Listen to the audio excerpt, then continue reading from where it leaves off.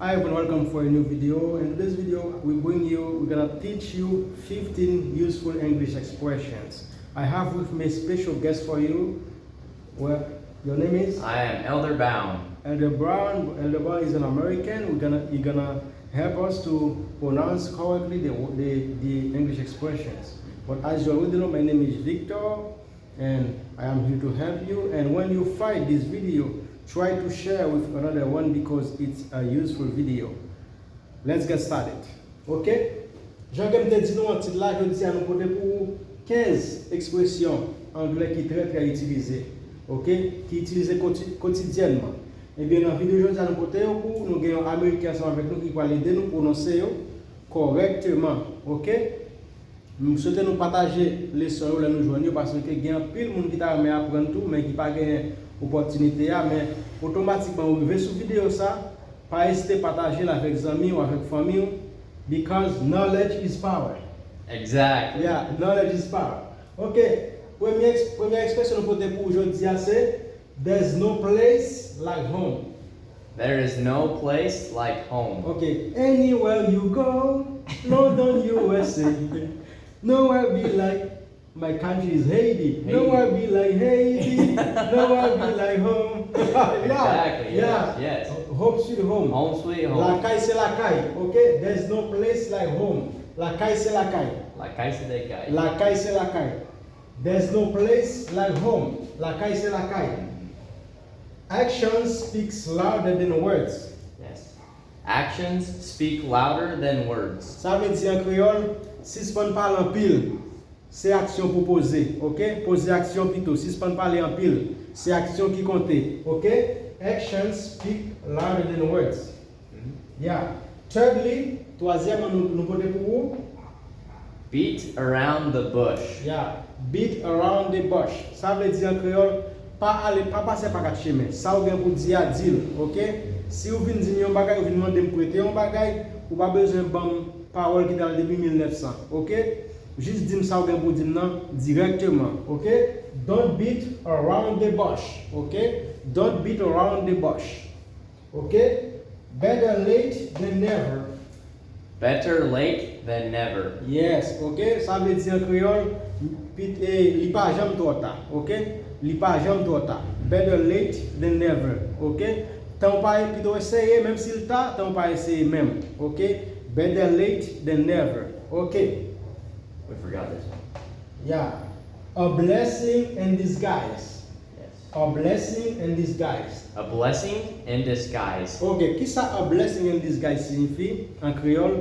Ou qu'on ou traverser une mauvaise situation.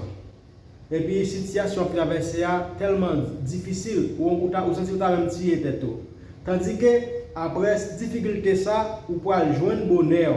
Eh bien, c'était une situation difficile qui est venue avant. Après ça, tout bon bagaille est venu en après. OK? C'était un mauvais vent qui a passé. Pour un bon vent, tu es venu joindre nous. It was a blessing in disguise. OK? Stop backbiting people. Yes. Stop backbiting people. Yes, ça veut dire en créole, si on venir do moun, si on parle moun mal, ok? Stop backbiting people. Si on parle moun mal, ok? Si on bay menti sur moun. Hit the sack. Hit the sack. Yeah. Hit the sack, that means going to sleep, right? Yep. Yeah. Ça veut dire al dormir, ok? I'm gonna hit the sack. Ça veut dire moi pral dormir, moi pral coucher. Ok? C'est une expression qui est très utile et vous supposez qu'on est. I'm gonna hit the sack. Yeah. It's not rocket science. It's not rocket science. Yes, ça veut dire en créole, c'est pas difficile. It's not difficult, Yes. right? Yeah, Yes. it's not rocket Very science. That means simple. very easy, very simple. Yeah. Ok, ça veut dire en créole, c'est pas difficile. Ok, it's not rocket science. Ok, c'est pas difficile. Ok, moi pense que après cette vidéo, parce que nous avons aidé à améliorer la connaissance en anglais. Les arriver sur vidéo ça, pas hésiter à partager avec famille, avec amis. Please share it to your family, your friends, because knowledge is power. They can learn English because English is very important. If you speak English, you can spread your inner thoughts to all the globe. Exactly. Yeah, exactly. Yeah.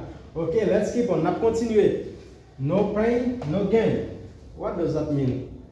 Could you please give us some explanation about it? Absolutely. It means that if it doesn't hurt a little bit, you won't grow. Yeah, ça veut dire en créole et pas de canard sans désert, ok? Ça veut dire si vous pas accepter difficulté ou pas accepter souffrance, ou pas capable réussir. No pain, no gain. So far, so good. Yes, so far, so good. And if you can tell us something about it? Means if something's going, and as far as it's come, it's still good. Yeah, no problems. Okay. We are teaching the video so far, so good. So far, so good. Yeah, Yes. on a pensé vidéo ça, jusqu'à présent tout bagay parler en forme, tout bagay parler bien, ok? So far, so good, ça veut dire tout bagay en forme, tout bagay bien jusqu'à présent. Ok.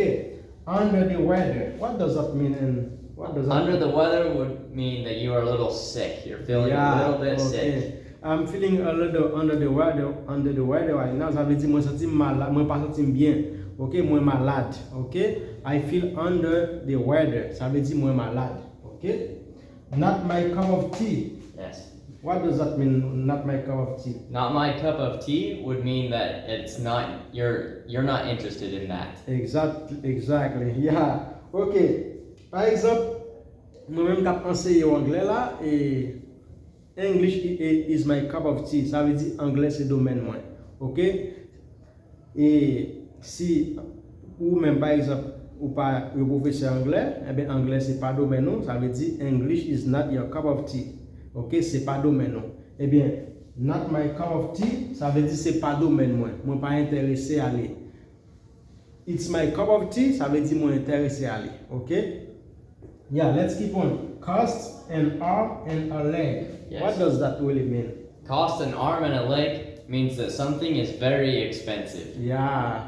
Avait dit yon bagay qui cher en pile par exemple ou aller dans marché ou acheter yon bagay et puis le rive li très cher. Li prix que li vend ou pas même penser si li t'a privé dans niveau ça. OK? It costs you an arm and a leg. Yeah. Don't put all your eggs in one basket. What does that really mean? Yes. That means that you should spread out a little bit so not everything can fall through at once. Yeah, okay. Qu'est-ce que ça veut dire créole?